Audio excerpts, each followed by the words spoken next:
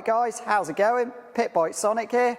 Today, this video is like 6 months too late. Because in today's video, we are going to go through my complete 2025 CW race bike. Obviously, should have done this video at the start of the year in like March before the season just started, but I've never had time when the bike's ready to go just before a race meeting when it's lovely and clean and all set to go, because normally I'm doing it completely at the last minute. But this is actually Tuesday before round 3 at Hooton Park, and I actually did this the weekend before the race meeting, so I have actually had plenty of time to get it all ready, and we can completely go through and show you all the changes that we've done from 2024. Before I start this video, guys, I always forget before I start to do a video, and it's always the best time to tell you guys, please guys, we've just hit over 3,000 subscribers. Thank you to you guys. It's a massive achievement for a tiny little pit bike YouTuber, and I really appreciate everyone who has hit the subscribe button.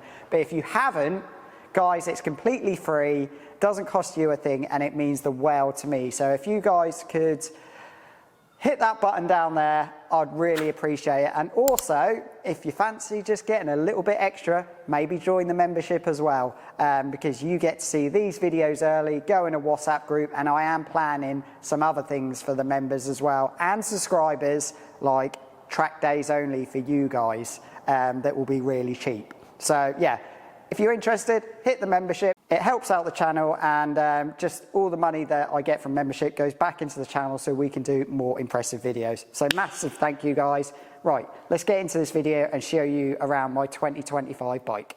So probably the biggest thing that we have changed over from 2024 to 2025 on my CW 140 is the brakes. Now, we've pretty much gone the whole hog this season. As you look here, we were previously on the Brembo front brake, which is a mega setup, which comes off a YCF 125 motocross bike. Mega bit of kit, works lovely, but this here, this is the formula system, and it is just that little bit better than having the Brembo setup. And we've also teamed that up with the NG disc as well. So yeah, it comes with a bracket to go straight onto SP forks, and if you watch this, look at that, spins absolutely beautifully with the NG disc, so you ain't got to worry about just binding and not nice. And yeah, it works phenomenally. If anything, it is too good for a pit bike. You only need literally 2-finger braking on this, and you're just absolutely top racking into corners.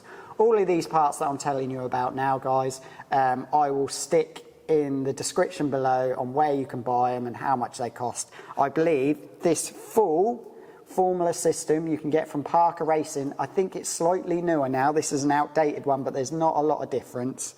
I think for the full system, I think it's about 250 quid. That's master cylinder, line, already bled up with pads in, and the bracket. And I think it's about 250 quid. But like I said, I can't remember. I will put it up here. I'll also put everything and how much it costs. I'll put it up here as well. So about 250 quid for the full system. That seems expensive, but trust me, if you've just got the cheap Chinese system on, this will bring your lap times down tenfold, absolutely tenfold. Not just how good the brake is, the feel you get from it as well is absolutely brilliant. I'll show you the master cylinder up top as well, and I'll let you have a closer look at it now.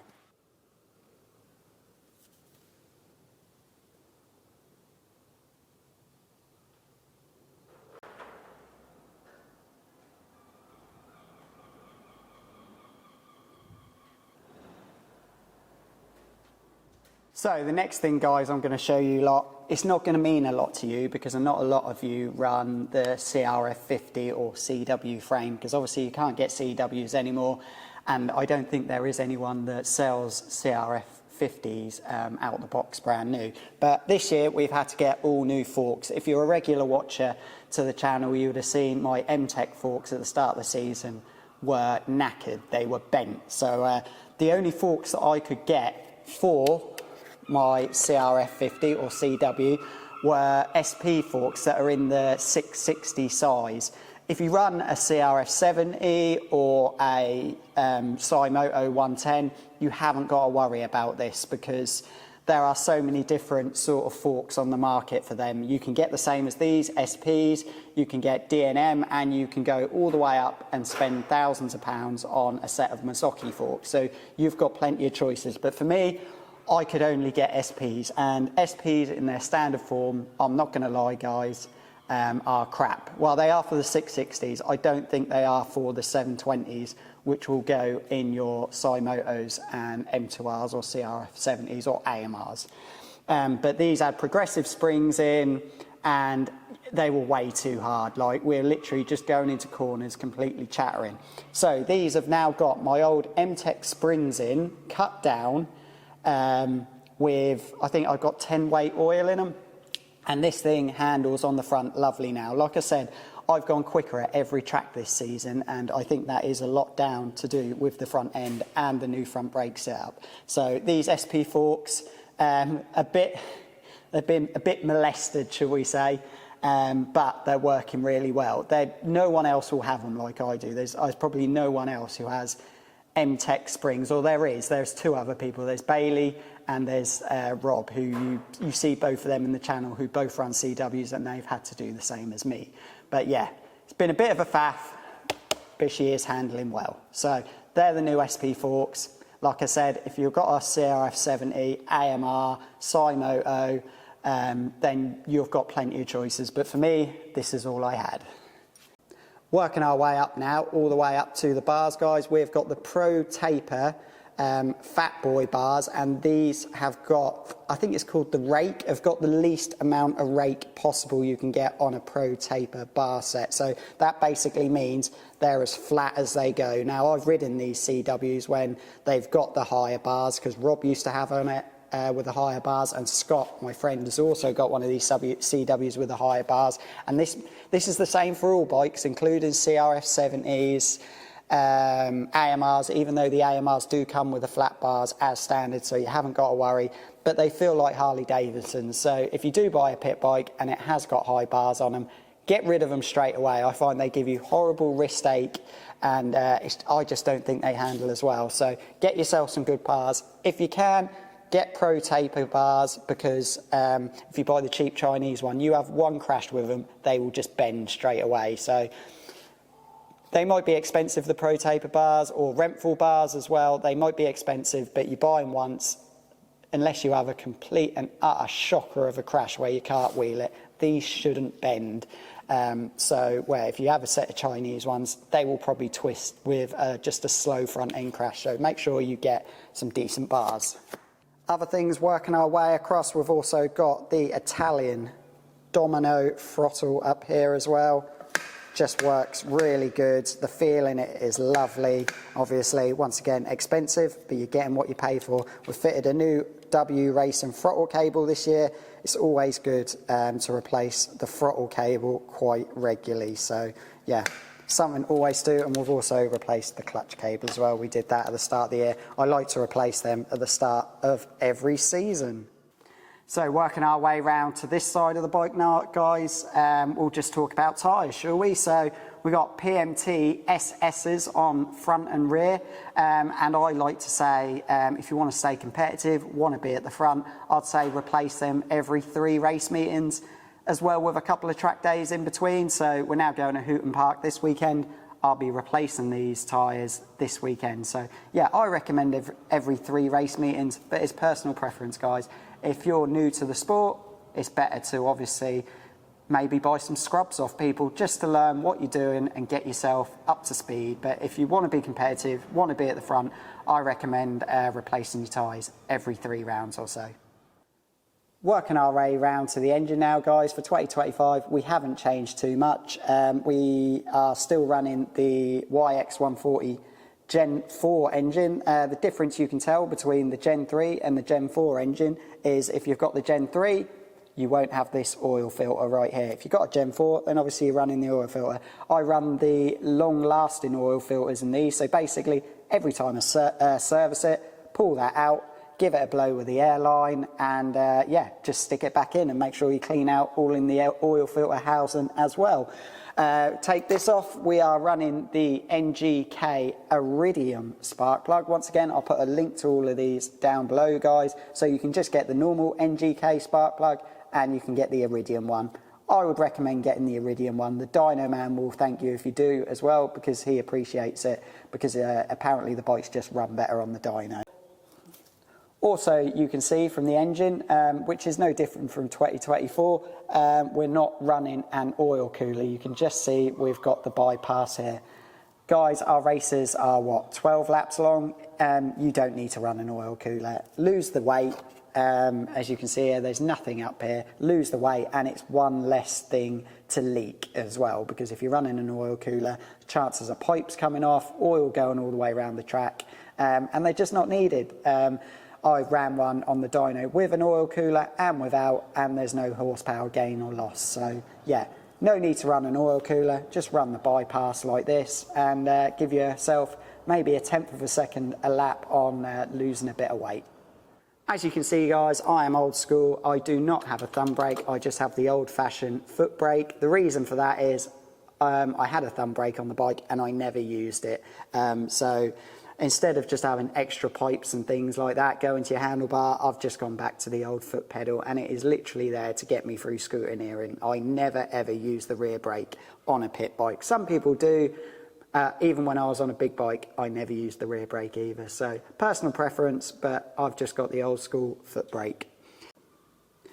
Moving around to the back wheel now, as you can see, because I don't use the rear brake, we've just got the standard rear caliper, but we have got Hell brake line on the back. That's not for any reason apart from it's blue and it's to look bling.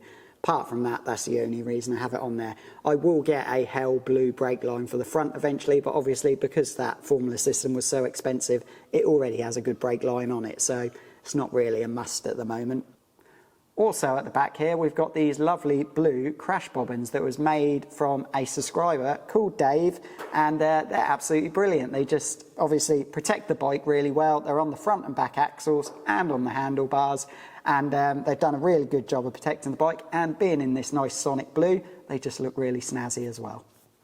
Right, moving further around the back, let's talk about the rear shock. We've got the D&M Hornet rear shock. Now, this is pretty standard for all Supermoto pit bikes. 90% of people will have these in the back of their bike. Unless you're spending loads of money on a boost sheet, everyone is going to have a D&M Hornet rear shock. This has got the 1000 weight spring in the back. Obviously, I think you can get a 1200 as well for you slightly heavier people, but I find the way this is at the moment, it's really nicely set up for me. But obviously, I can't really tell you guys too much about setup because everyone rides different and everyone weighs different as well. But for how the 1000-pound shock for me, weighing about 65 kg, I find this is perfectly fine. Also, before I forget, before we go totally around to the other side, we've got the Mark III Scorpion exhaust on this as well. So it's got the little expansion chamber here. I don't know what they do. And I've got the carbon fibre heat shield across there as well, which actually came off a big bike, and then I had to buy the smaller pit bike clamps to go around it. But it does make it look pretty trick. So yeah, that is the Scorpion Mark III exhaust.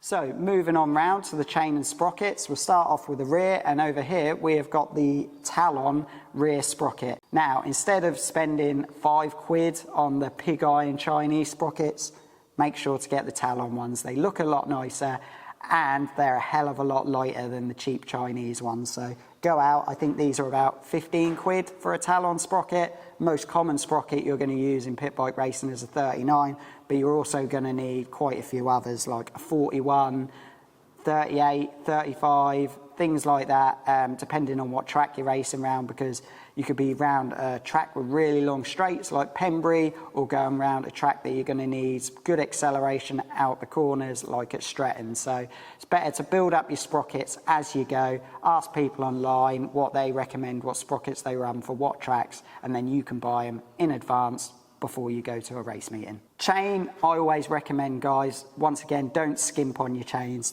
I am running the Renthal chain. I think it's 420 in size.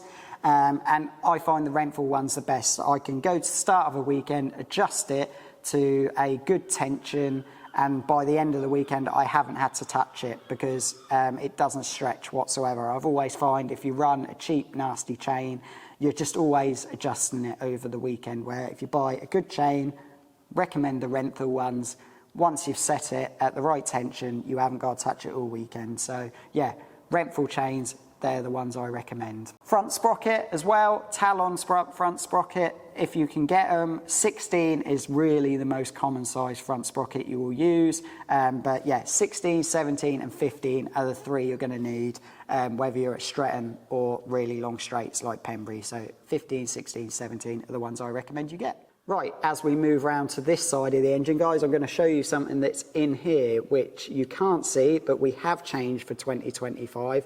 We have got the digital ignition in this season, where last year we just had the normal lightweight flywheel ignition.